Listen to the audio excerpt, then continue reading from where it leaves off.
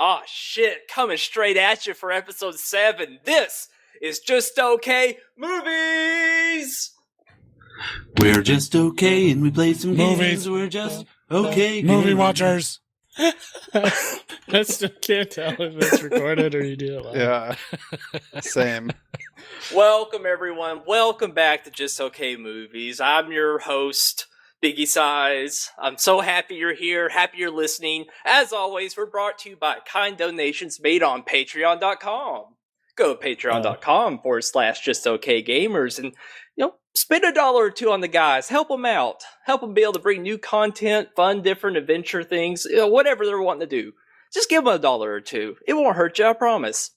Speaking of which, joining me as always is the Just Okay Gamers crew. They are... Hey, my name is Guido, and Biggie's got it right by hitting up the Patreon plug right at the start of the show. Yeah, he's a better host than you. Hey, wait a second.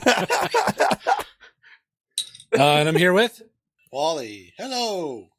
Hey, it's Millpool. Hi. Yo, what's up, everybody? It's Nasty. Guys, I miss you all. This is the first pod we've done since the Just Okay Con, where I got to meet all these lovely, lovely gentlemen. And I just find I missed you guys so much. And it's really fun kind of get on here and do this pod with you guys. Now knowing what you look like and all that, it's wonderful. And were we better or worse than you thought? Oh, much better. Wait, yeah. So you thought lower of us before this. No, it was awesome. No, it was really good, and I had an absolute blast with you all there. I think we all had a really good time. But it's good to be back, do this pod, and we have a very, very interesting movie to talk about this month. It's a movie called The Adventures of Baron Munchausen, and I. What's wrong? I think I watched the wrong movie. Shit. Oh no! What'd you watch? I watched The Adventures of Baron Muffdiver. Oh, well. Did you guys movie? No, you guys got the wrong film. Guido got the right film. Oh, okay. Oh, shit. Did your guys' movie have very gratuitous anal sex? Mine did. Yeah, that's why I recommended it. No. Okay. It's not in my notes. Yeah, I didn't see it either. See anal sex. That vigorous use of a plunger in the third act. Yeah. Did it have that? Oh yeah. Plunger. No, I'm doing a keyword search. I don't see anything. Is Ed the gaping anus? Yeah. Did it have any corpse coitus? I mean, he was fucking a bunch of dead bodies for like half an hour in complete silence. No, there's none of that. No. Oh, you guys watched the wrong movie, man. I'm sorry. Oh, Seriously? No. Shoot. Did it have the part where the midget fucked a bag of oranges? Actually, I think that did happen midgets in the movie we watched. Yeah. Oh, okay. I think that might have been part of it. They probably stole that from the movie you guys are talking about. Yeah, probably. Your guys' movie was probably a parody of our movie. Right. That's what it sounds like. That's way too original for it to be their own idea. Yeah. So we all watched a movie called Baron Munchausen, and I just want to apologize for choosing this movie. I knew it was going to be way too out there. Don't you shut up. Do not apologize. Shut your fucking mouth. I'm sorry, Wally. I love you. This movie I loved it. I had so much fun watching it, and I was not expecting it because the director Terry Gilliam. He's really known for, I guess, a film probably everyone has seen who's listening to this is Holy Grail. I think he directed it. Well, he directed. He's part of the Monty Python troupe.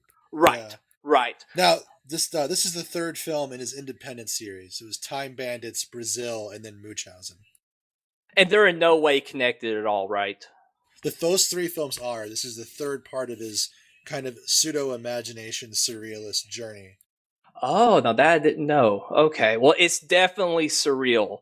Yeah, before this movie, I hadn't seen a Terry Gilliam movie that I enjoyed. It's Gilliam definitely or Gilliam? Gilliam, I think. Anderson. Gilliam. Anderson.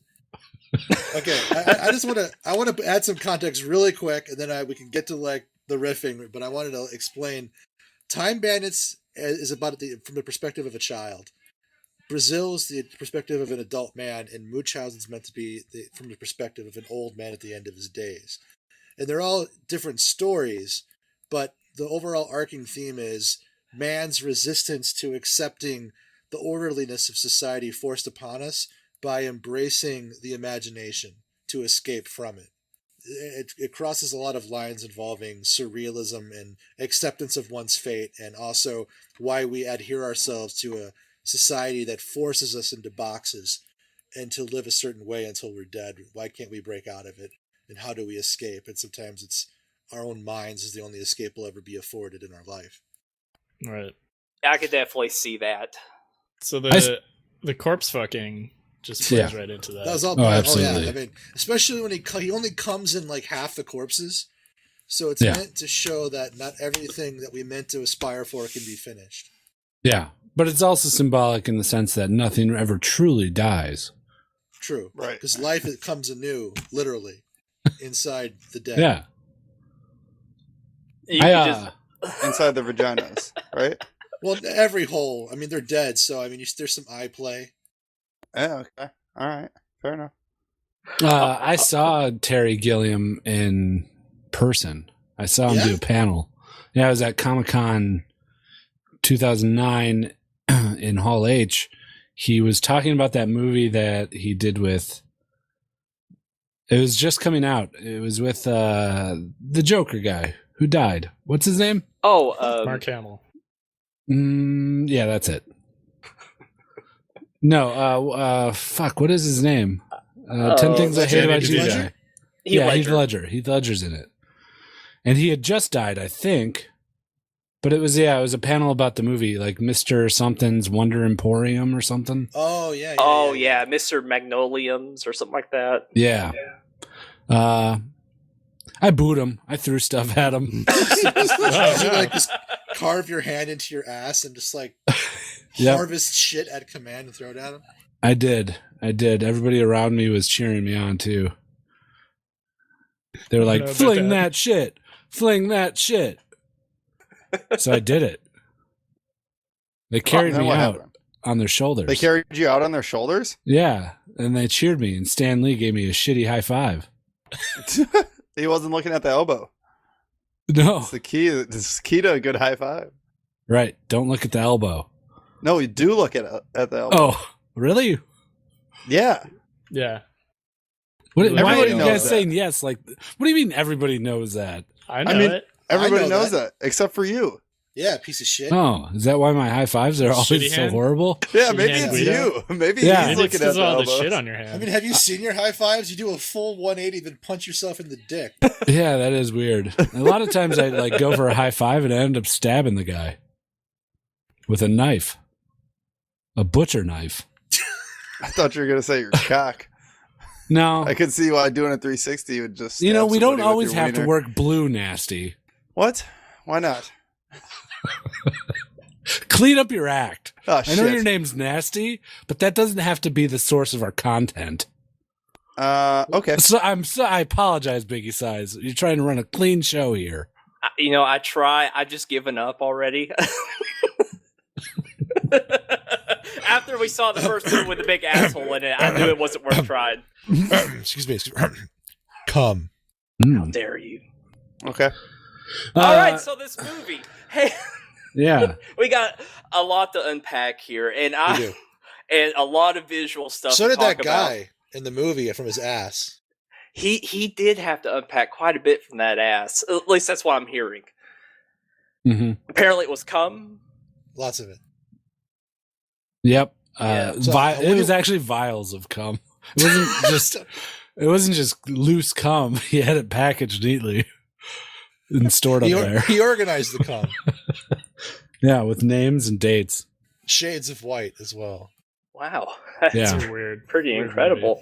Where do you want to start? All right. Well, Well, who would like to walk us through? Wally, would you like to kind of lay down the plot and everything and walk us through the film? Like, how serious do you want me to be about this? Hey, go at it Okay, the way you think would be best. it's kind of hard to make fun of surrealism, but basically it starts in a European town under siege by the Turkish army, during quote unquote the age of reason, which is kind of an on the nose joke, but and there's a stage play going on inside the town to kind of keep people's spirits up, detailing the adventures of Baron Frederick, Hermanus Frederick Friedland Munchausen, something along those lines. And the actual Baron shows up and criticizes a lot of inaccuracies and starts to tell his own story that we then relive through little vignettes. And one thing to really notice, and the reason why I bring up Holy Grail is if you've seen it, you understand that kind of the pacing it had, along with the very dry humor and sort of over-the-top situations that are handled very straight-faced. Well, like they start with ordering the execution of a soldier that's very heroic. Exactly, which is hilarious. I love that part. I was like, okay, this is going on the same kind of like real dry, humorous tone where it's over the top, but it's done very straight face. So you may not catch the joke if you're not really, I guess, expecting that kind of tone. So that's why I must have missed that joke. It was really early. it was really, yeah. He did such a good job by saving everybody that they ordered his execution because they said it would make everyone else feel inferior. It was meant to be kind of a commentary joke as well, but. And even the setting itself, you're not supposed to take very seriously. They're trying to do this elaborate play while they're being shelled by the Turkish. So, like, the buildings falling apart, there's stuff being blown in. So it's a setting that's supposed to be very unrealistic, while very it's the unreal versus the real throughout the entire thing. Exactly. So it just sets up this really odd setting that's supposed to be kind of comical in its way, but it's done very straight. Still locking to Monty Python and the Holy Grail, that kind of setting. I didn't really get a lot of Monty Python from it. Like, there was a lot of the British humor in there, but it just felt like a children's movie, like a surrealist children's movie. It didn't really feel. It was entirely meant to be anything taken deeper that than way. that. And it also, I think that the little girl being a part of the whole movie and the plot, no matter where the plot, kind of also added to that. Like, she almost like anchor. Peter Pan-esque, Sure. Yeah. That's entirely what it is, though. I still believe. Right. I still believe, Baron. But that's 100% what it's supposed to be. Yeah. She is the emotive anchor composite part to his being the elderly.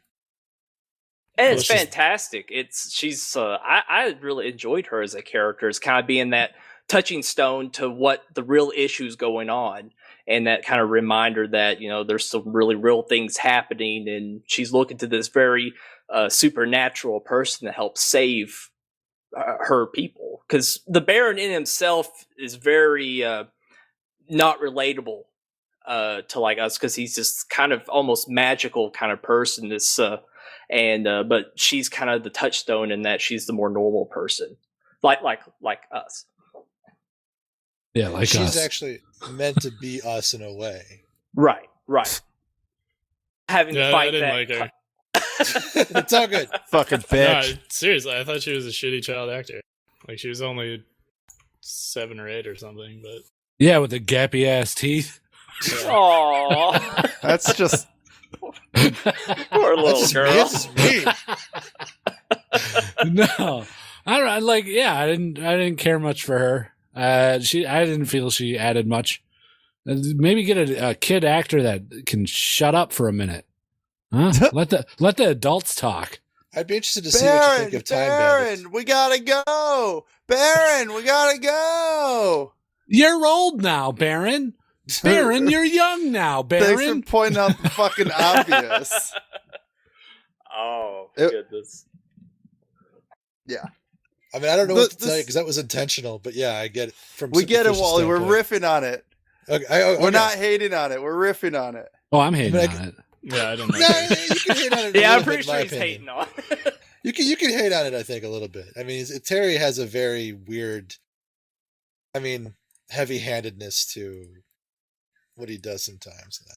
Well, I just found it really refreshing. And as we go along in the film and how very elaborate a lot of the settings become, it's more, for me, it's more of an escapism to kind of get out of this realm of of real life, and just this real nice form of escapism, because there's some beautiful miniatures, some nice backdrops, backdrops and stuff that it just feels so great to see something real, and the transitions between them are you can't really tell, and it was cool.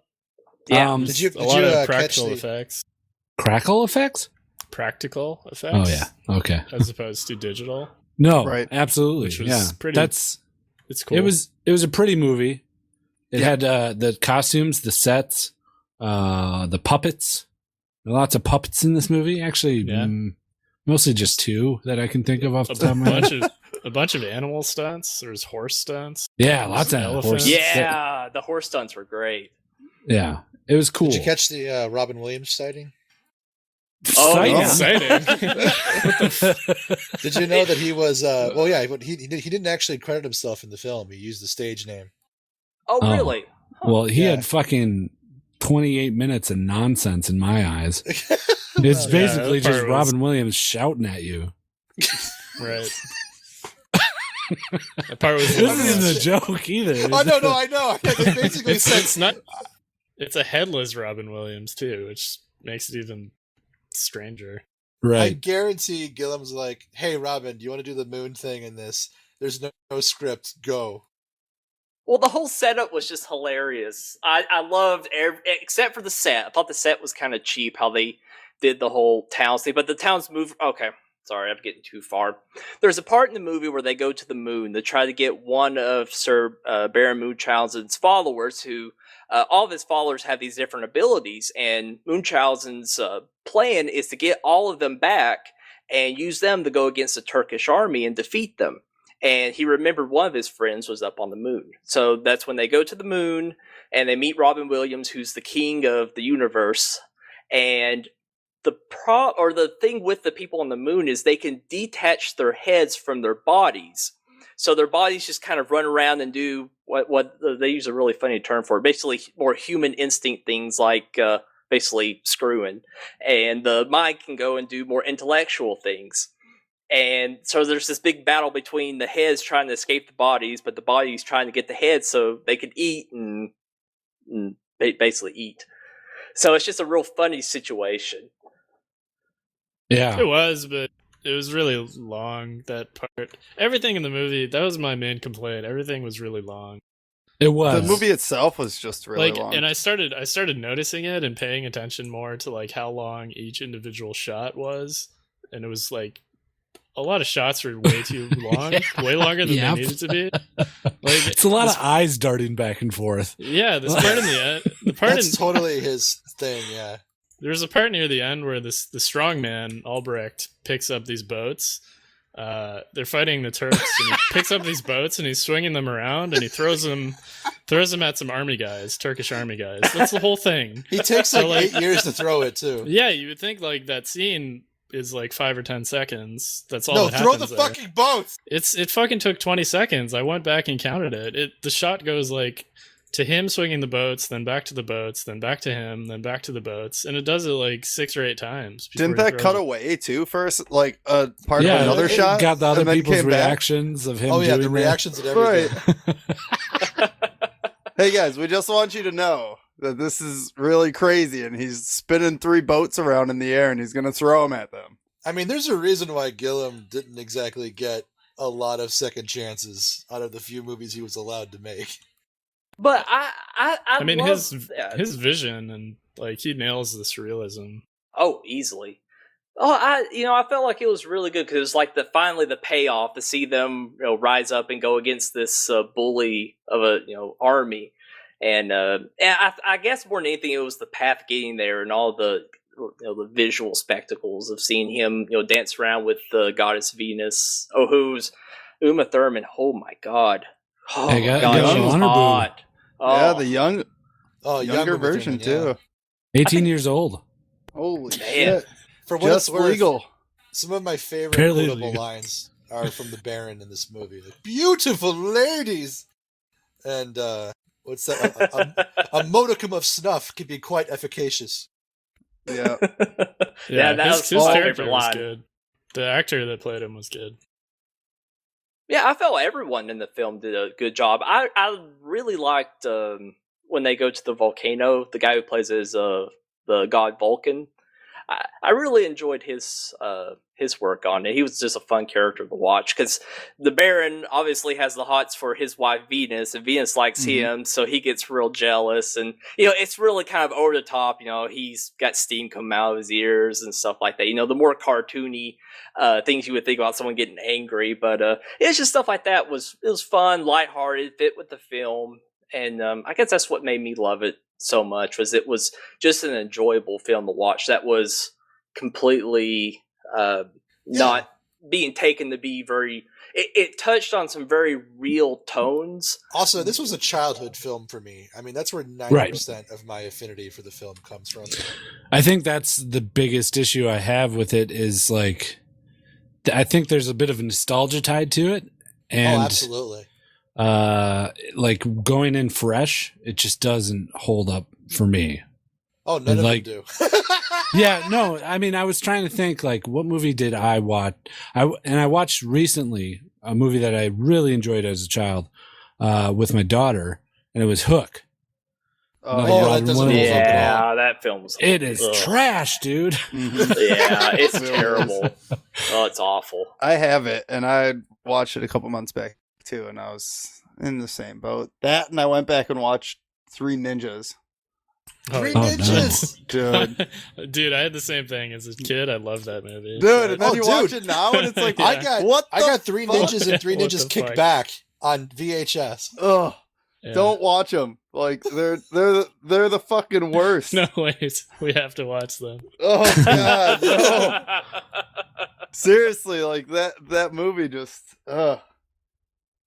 Yeah, some things deserve to stay in that nostalgia vault. I don't necessarily think this movie falls in that category. I think it has a lot of merit. I think it does for Wally. I think he remembers it being better than it actually is. Oh, absolutely. Yeah.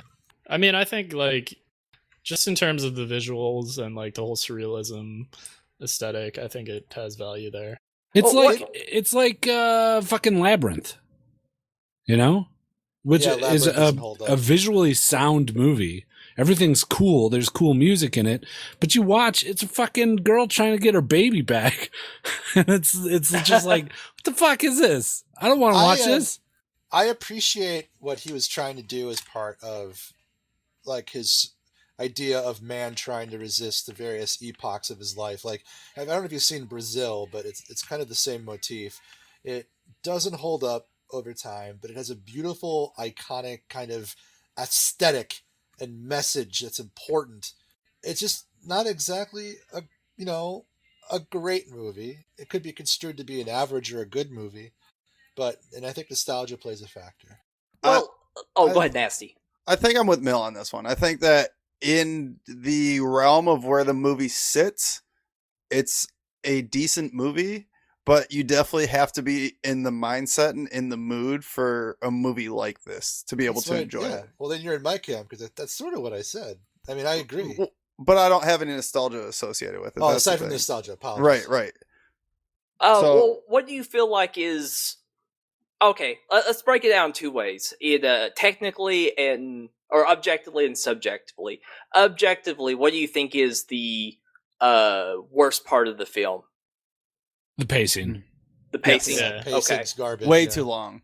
Way too long. Everything was way too long. The pacing, and then the acting on a lot of the actors' parts. I see. It's just like British acting. Lots of like surprised looks on faces. I'm big on that shit. There's a lot of like dry humor that they throw in. Right, but it's not funny humor. The guy who plays the Baron basically carries a lot of the movie. Yeah, he carries the movie, absolutely.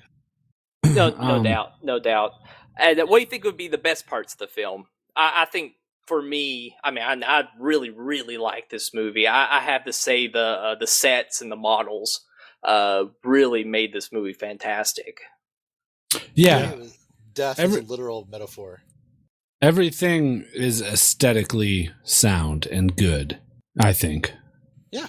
No, I agree. I totally agree. There were some really cool shots, too. Like, there's this one shot that stands out when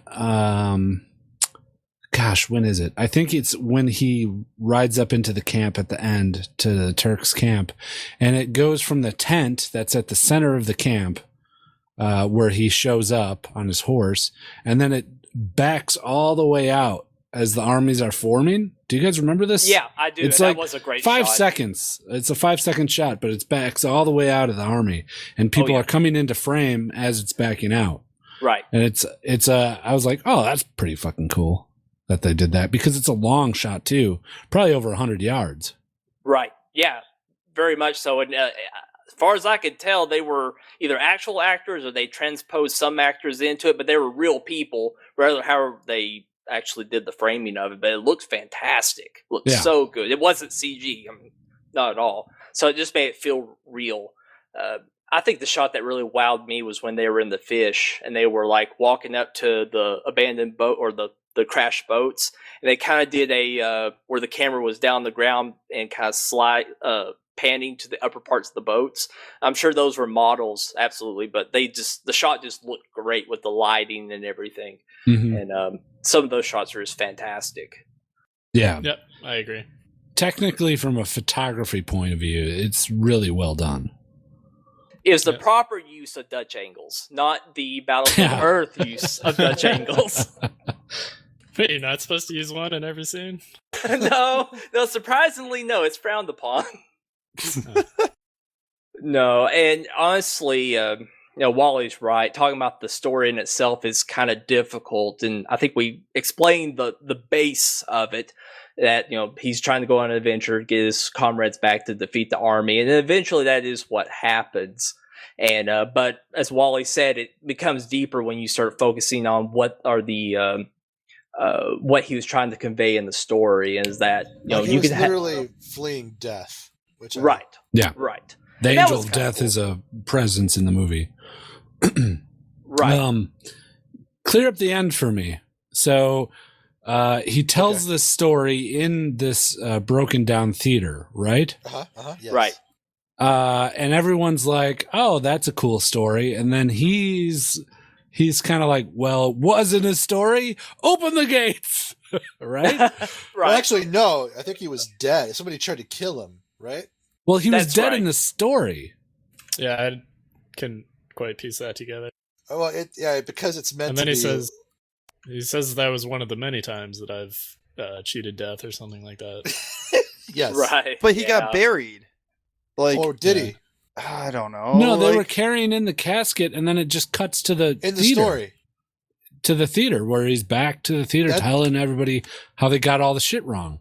Exactly. Yeah, exactly. That was another chapter of the narrative where he became more than the story. There was a blending between reality and imagination, using imagination as an escape from the troubles that were in the present. So his legend, it's a metaphor for his legend. They were telling the story of Baron von Munchausen to a bunch of people trapped in the city under siege. They were trying to escape their present condition by entering the realm of the fantasy. And him being there to dispel that notion became part of the larger fantasy. So it extended the fantasy around the reality, and it's a blurring of the lines between what is real and what isn't, what we allow to be real and what is not. Right. So it's a really weird, blurred metaphor of reality versus imagination. It's not meant to make sense. It's basically reality is what we allow ourselves to make of it, and that we shouldn't condition ourselves to accept the reality we're told is real because it's imposed upon us by others. And that we used, and basically Munchausen is a mechanism or a tool to show that we can be more than what we aspire to be, to accept through mythological or apocryphal storytelling. It's interesting. It is, and I think the reaction is exactly what he wanted, because I felt the same way. I'm like, what in the world is happening? Wanting to leave. Even the little girl was like, "Oh, so it all really was real?" I think that was an actual quote from the movie. That's the end, yeah. And he was like, "Wink, yeah, it was. Later," and then fucking left on his horse. Yeah. I kind of feel like that feeling was deliberate, whether or not if it actually made sense or not. I do agree that You it gotta felt think of a it this little. way too. He's a fictional character. They were regaling his stories in a theater, and then suddenly the real Munchausen comes. That's where the break of reality happens, is at the start, not at the end. So That's I mean, interesting. are they even real? Because is it a story about somebody telling a story about somebody that wasn't real? Oh, that's a neat way of looking at it. Nah. Nah. So, overall thoughts on the film. Wally, you start your overall conclusion of the film. Guido summarized it better than me. It's a lot of nostalgia. I don't think it held up entirely to what I recall, but I love anthropological metaphor, especially as it's communicated through an artistic medium. And so he manages to be one of the few people to really kind of hug that idea and translate it, because I don't like straightforward shit. I like something that challenges my notion of real. I even do that in my writing, and it really does it for me. But it really isn't that great of a movie. What are your thoughts, Guido? Technically sound, but overall, for me, it didn't hold my attention. I had to really focus. I had to shut off my other monitors. I had to like throw my phone in another room. I'm so happy that this did this. And there were many times where I thought about just shutting it off and coming on here and being like, I didn't finish it. I couldn't do it. But then I was like, yeah, that's not fair. I'm asking people to watch Baby's Day Out, so I better finish this fucking movie. And it wasn't my cup of tea. It wasn't my cup of tea. Didn't really enjoy it. What about you, Millpool? Yeah, I mean, I share Guido's feelings more or less. I made a list of pros and cons about the movie, and I had more pros than cons. I didn't really have a lot of cons other than the pacing and some of the acting, but yeah, I like Terry Gilliam. He's really good at bringing his imagination to life, so that was the best part about it, I guess. Sure. It's the surrealism. Oh, nice. Oh, what about you, Nasty? I enjoyed it for what it was. I don't think I'd watch it again. I also don't think that I would have picked this to watch on my own, so I'm glad that I did watch it, because I think that it just opened up my eyes to some movies maybe that I wouldn't watch. And That's why maybe I should go back and watch. And I'm glad you said that. It makes me feel like I didn't fuck you guys over too hard.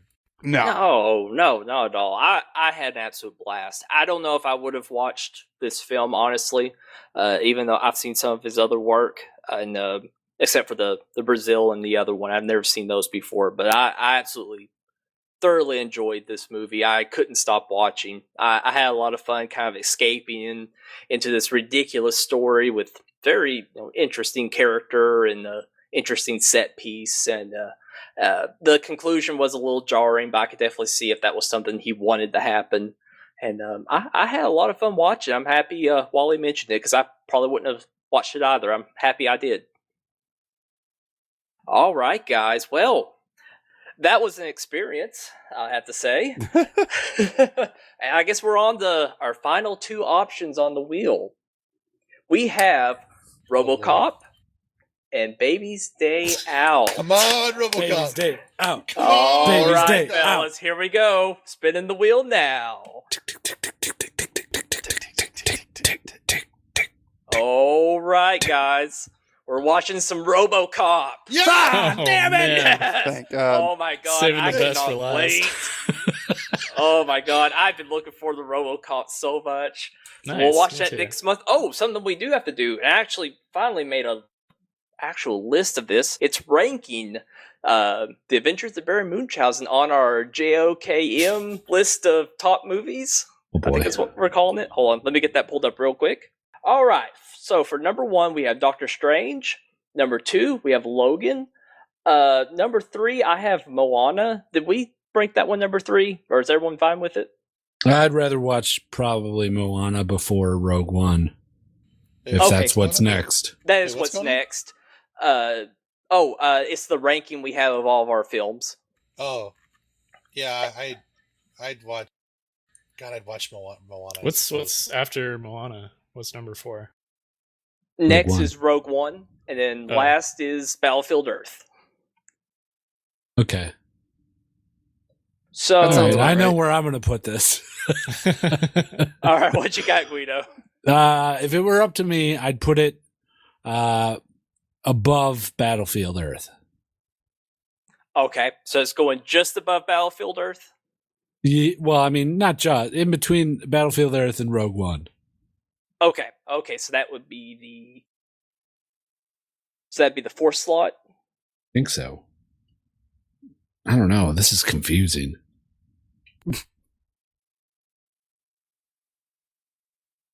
All right. Okay. What do you think, Millpool? I think I would probably watch Rogue One before I would watch this again. So I guess I would put it in the same spot. Although I would also watch Battlefield Earth before I would watch this again.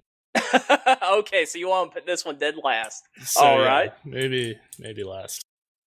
All right, Wally, where would you rank it?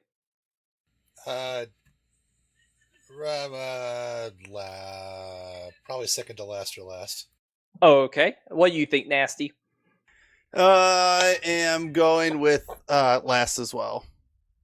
Like I said, I don't think I'd watch it again. Battlefield Earth is a horrible movie. I know, But it's not better Battlefield than Battlefield Earth, but Battlefield Earth. I can would zone put below out. this. I could watch this again, and I couldn't watch Battlefield Earth again. Never, ever again. but it's funny. Yeah, All right. So bad. It's a bad movie. It's just a That's car why it's crash with funny. like watermelons in it.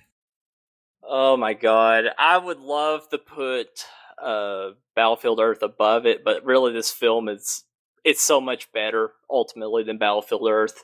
Just more on the objective level. So I guess me being the tiebreaker, I'm gonna put it right above Battlefield Earth. All right. So I Where think it belongs. That's fair. yeah, I think that's where ultimately where it belongs. And yep. All right, sounds good then. All right, so next month join us for RoboCop. Guys, thank you so much.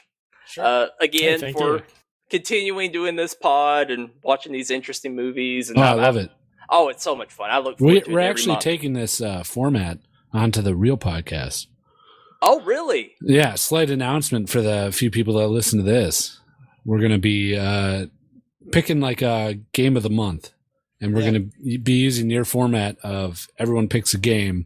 And then we roll a wheel, spin a wheel, or pick them out of a hat. And who's ever we pick, we're going to be playing that game that month and talking about it at the end of the month. Oh, that sounds like fun. That'd be a good idea. Yeah. It is a good idea because you came up with it. Aw, you guys are too sweet. Yay. I love you guys. All right, well, join us for next month of RoboCop, guys. You all have a good evening. You all take care. Bye. Bye. Bye. Bye.